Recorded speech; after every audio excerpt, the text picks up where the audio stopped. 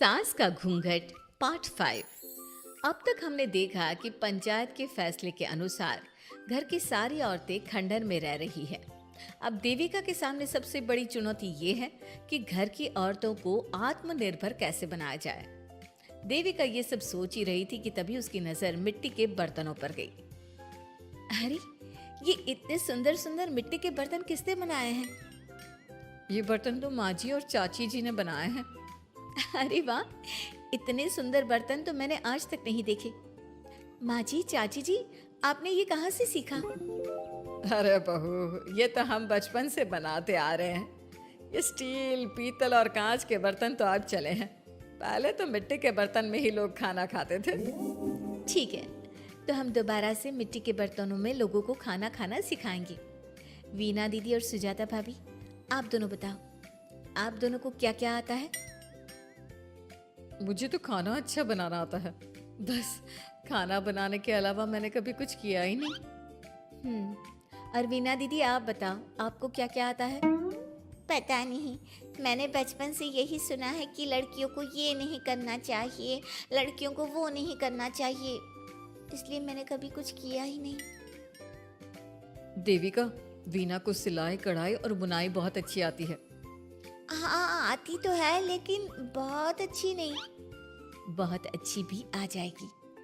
अब देविका और बाकी सभी औरतें गांव में सबके घर जाती हैं और गांव की सभी औरतों से मिलकर कहती हैं, भाभी जी, अगर आपको अपने या अपने घर वालों के लिए कपड़े सिलवाने हो तो आप मुझसे ही सिलवाना। बहन जी, मिट्टी का चूल्हा, बर्तन या मटका बनवाना हो तो मुझसे ही बनवाना। मैं और विमला दीदी आपके घर के सारे बर्तन बना देंगे। भाभी, आप कभी किसी काम में व्यस्त हो और खाना ना बना पाओ ना, तो आप मुझे बता देना, मैं आपके घर के लिए खाना बना दूंगी। वो क्या है ना, आप तो सारा दिन खेतों में काम करती हो और कभी कभी खाना भी नहीं बना पाती होंगी, इसलिए। इस तरह घर की औरतें जी जान से अपने अपने कामों में लग जाती है। धीरे धीरे उनका काम बढ़ जाता है और वो अपने खंडहर को ठीक करने में लग जाती हैं। वहीं दूसरी ओर घर के सारे आदमी घर का काम संभाल नहीं पा रहे थे। अरे भाई कल्याण, चाय तो पिला दे। जमाना हो गया अच्छी चाय पिए हुए। आप बिना घर के दामाद से क्या क्या काम करवाते हैं? अभी लाता हूँ चाय। कल्याण, तुम दामाद नहीं बेटे हो, इसलिए इस घर के सुख दुख, घर के काम और बाहर के कामों में तुम्हारा सहयोग तो होना ही चाहिए ना। इतने में कल्याण चाय बनाकर ले आता है। जैसे ही सचिन चाय पीता है तो उसके मुंह से चाय निकल जाती है। जीजा जी, ये क्या बनाया है? इतनी कड़वी चाय। इससे अच्छा तो करेले का जूस होता है। देख सचिन भाई, मैं तो ऐसी ही चाय बनाता हूँ, पीनी है तो पी, नहीं पीनी है तो अपने आप बना ले। मैं खाना बनाने जा रहा हूँ और अकेला नहीं बना सकता, आप में से कोई मेरी मदद करो। सचिन मेरी चाय की बुराई कर रहे थे ना, तुम जाओ अब खाना बनाओ। सचिन और मोहन दोनों खाना बनाने में लग जाते हैं। मोहन भिंडी काटकर कढ़ाई में छोड़ देता है और उसमें पानी डाल देता है। आपने भिंडी में पानी क्यों डाला? शायद पानी नहीं डलता, पता नहीं, लेकिन माँ ने कभी भिंडी में पानी नहीं डाला था। लेकिन बिना पानी के भिंडी बनेगी कैसे? मतलब गलेगी कैसे? बिना पानी के बनाएंगे तो चिपक नहीं जाएगी कढ़ाई से? पता नहीं, चलो देखते हैं कैसे बनती है भिंडी। भैया, कितने दिन हो गए ना अच्छा खाना खाए हुए। खाना तो सुजाता बनाती है, इतना मज़ेदार खाना कोई और बना ही नहीं पाता। सचिन और मोहन खाना तैयार करके ले आए। सभी आदमी खाना खाने लगे। खाना बना तो बहुत बुरा था, लेकिन किसी ने बिना कुछ कहे खाना खा लिया। तभी जोगिंदर ने कहा, घर की हालत कितनी बुरी हो रही है, जगह जगह जाले लगे हैं। 2 दिन से तो किसी ने झाड़ू भी नहीं लगाई घर की। हाँ, और घर में गंदे कपड़ों के ढेर लगे हैं। मेरे पास तो ये आखिरी कुर्ता ही बचा है पहनने के लिए। कल्याण, मोहन, तुम किसी नौकर को रख लो ना। हमने 1-2 लोगों से बात की थी नौकर के लिए, लेकिन कोई घर में काम करने के लिए तैयार ही नहीं है। गांव के सभी लोग खेतों में ही मजदूरी कर रहे हैं। घर के सभी आदमी घर के काम में लगे रहते हैं तो वो अपने खेतों पर भी ध्यान नहीं दे पाते और उन्हें हर महीने आर्थिक रूप से नुकसान उठाना पड़ता है। धीरे धीरे उनके घर की हालत खराब होने लगती है। एक दिन कल्याण सबसे कहता है, घर को तो औरत ही संभाल सकती है, हमारे बस का नहीं है घर संभालना। हमें किसी तरह से उस सब को वापस इस घर में लाना ही होगा। अरे कल्याण बेटा, पंचायत का फैसला था कि औरतें हमसे माफ़ी मांगे, लेकिन उन्होंने माफ़ी नहीं मांगी। अब हम उन्हें बुलाने गए तो उल्टा हमें ही अपनी अपनी पत्नियों से माफ़ी मांगनी पड़ेगी।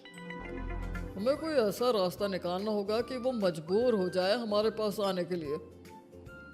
बापू, उन सभी ने अपने अपने काम शुरू कर दिए हैं, क्यों ना हम सबके काम में नुकसान कर दे, इससे वो मजबूर हो जाएंगे हमारे पास आने के लिए। भैया, ये कैसी बात कर रहे हो? इससे वो मजबूर नहीं होंगी बल्कि और भी ज्यादा गुस्सा हो जाएंगी। मैं तो बोल रहा हूँ शराफत से जाकर माफी मांग लेते हैं। मुझे यकीन है कोई माफ करे ना करे, माँ तो जरूर हमें माफ कर देंगी।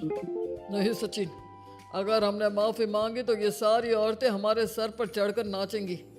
हमें इनके सामने छोटा नहीं होना है। मोहन, कल्याण, तुम दोनों आज से ही काम शुरू कर दो। बस फिर क्या था, घर के सभी आदमी लग गए काम पर।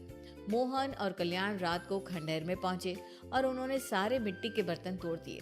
उसके बाद वीना ने जो कपड़े तैयार करके रखे थे वो सारे कपड़े उन्होंने फाड़ दिए। सुबह जब घर की औरतों ने ये सब देखा तो परेशान हो गई। अरे, ये सारे बर्तन किसने तोड़ दिए? माँ, किसी ने मेरे सिले हुए कपड़े ही फाड़ दिए। ये हरकत कौन कर सकता है?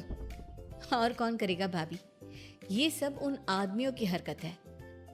जब किसी तरह से हमें झुका नहीं पाए तो हमारे काम बिगाड़कर हमें परेशान कर रहे हैं। सभी औरतें दुगनी तेजी से काम में लग गई। उन्होंने दिन रात मेहनत की और उस खंडहर को महल की तरह बना दिया। उनके काम की तारीफ सुनकर दूर दूर के गांव से लोग आने लगे और उनसे अपना काम करवाने लगे। एक दिन सभी औरतें बैठकर खाना खा रही थी, तभी विमला ने देविका से कहा, देविका, हम कभी सोच भी नहीं सकते थे कि हम अपनी मेहनत से अपने लिए इतना बड़ा और इतना अच्छा घर बना लेंगे। देविका बहू, आज हमें इस बात का एहसास हो रहा है कि हम तो सिर्फ सांस ले रहे थे, जीना तो हमें तुमने सिखाया है।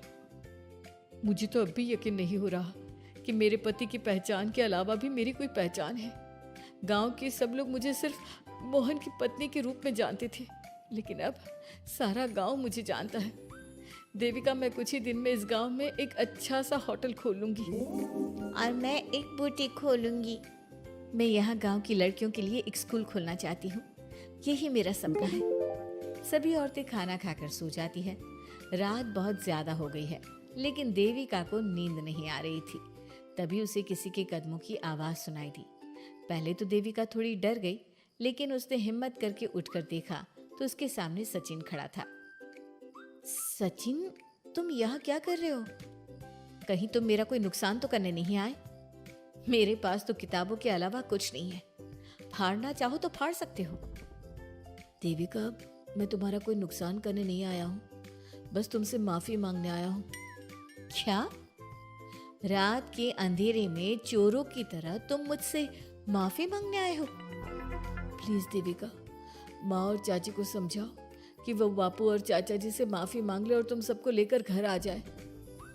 सचिन, तुम भी तो अपने बापू और चाचा को अपने साथ ला सकते थे ना, और माँ और चाची से माफी मंगवा सकते थे ना।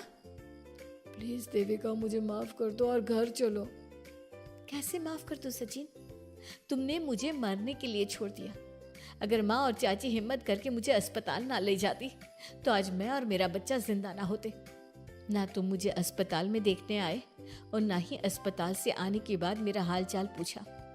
मुझे तो छोड़ो, तुमने अपने बच्चे का चेहरा तक नहीं देखा और तुम मुझसे उम्मीद कर रहे हो कि मैं तुम्हें माफ कर दूं? कभी नहीं सचिन। देखो देविका, हम सबको बहुत नुकसान हो रहा है। घर के काम की वजह से हम बाहर के काम पर ध्यान नहीं दे पा रहे। घर और जिंदगी दोनों अस्त व्यस्त है। वो इसलिए कि तुम सब आदमी संगठित नहीं हो। अपना दिमाग और ऊर्जा हमें परेशान करने में लगा रहे हो, और हम औरतें संगठित हैं। हम अपना दिमाग और ऊर्जा अपनी प्रगति में लगा रहे हैं।